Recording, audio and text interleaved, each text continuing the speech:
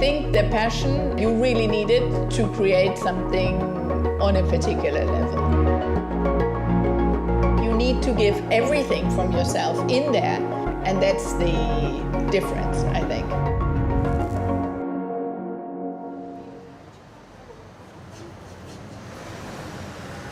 Bespoke means for me that I discuss really with the client what he wants. You have ideas here, you can see different materials, different models. It's very important to listen, and nowadays many people don't listen anymore.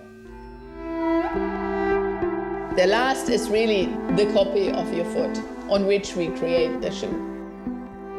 But nobody shows you how to make a last, really, so you have to train it by yourself and to get the feeling by yourself how you should do it. You have certain measurements from the foot, but the feeling of the client is always different. I love using the leather because you get this particular different touches. What I appreciate so much from this tannery is they use a Swiss calf.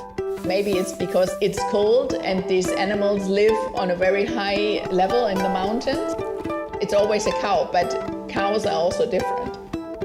I think it's something which you can wear for a long time, and the leather, the more you wear it, it really gets more alive, I think.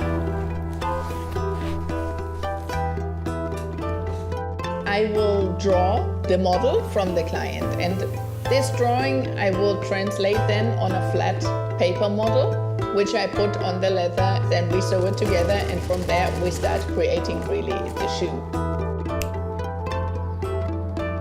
I think the handcraft and this concentration of different craftsmanships in Florence is really coming up from the Medici family. If it's a jeweler or if it's a painter or a sculpture maker, they always try to get the best artisans in town.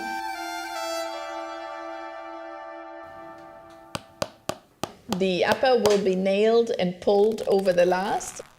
I will start sewing with linen thread, which is made kind of waterproofed with wax. When you stitch, you have two threads which go into the same hole, and as you pull, the wax goes hot. It will seal together, so the water cannot go through. And this is a very particular and very old process. It's very rare to be a woman in this shoemaking world. When I started, everybody looked at me and said, this lady is gonna close down in a year. A woman and a man's job, it's not gonna work. And now they're all proud in this area that I'm still here. We fill in the wooden shank and the back support, because that is the part under the curve of your foot which will not be bent, so it has to be supportive and stiff. The front part we will fill with cork. This is to give you a bit a cushion effect. As you bend it the whole time, it's important to have it soft. We apply the sole, we will glue it on, and afterwards make a channel. We will stitch the welt and the leather sole together through the channel, so it gets more a shape of a shoe and you see it more as a finished product. When we work normally in the workshop, it's a very calm feeling. We are in kind of a meditation because you are so concentrated on what you do. You can feel that all of a sudden the energy comes down. Everybody's concentrated on his particular step. The last big step to put on is the heel, which will be built out of single layers of leather. We will glue them and nail them on, and then cut them in shape.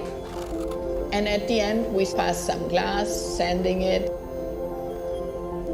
and then burn it with hot irons, so all the pores are going to be completely closed up.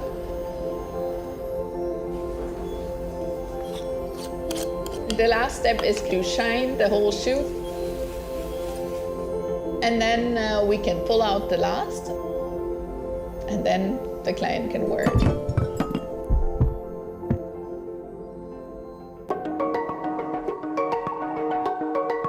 If if you count the hours, we would work around 3 weeks on one pair of shoes. When I see a finished shoe and the client really tries it on, it's always the moment of reality and relief if it really fits well. When this person is really happy, you can just see at their eyes without explaining that it's the best feeling ever. I think a shoe is more than an object. A shoe really reflects the person who's wearing it, the leather they choose, the color they choose, and how they wear it. Because it's not just the pair in the beginning, it's the pair over many, many years.